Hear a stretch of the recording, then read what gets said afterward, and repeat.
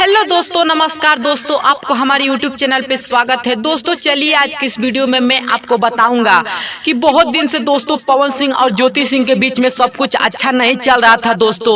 और दोस्तों बता दूं कि पवन सिंह की पत्नी ज्योति सिंह के तलाक कर लेकर दोस्तों अर्जी को लेकर दोस्तों आजकल भोजपुरी इंडस्ट्री में हंगामा हुआ है दोस्तों। बता दूं कि पवन सिंह ने अपनी पत्नी ज्योति सिंह को तलाक की अर्जी भेजी है दोस्तों।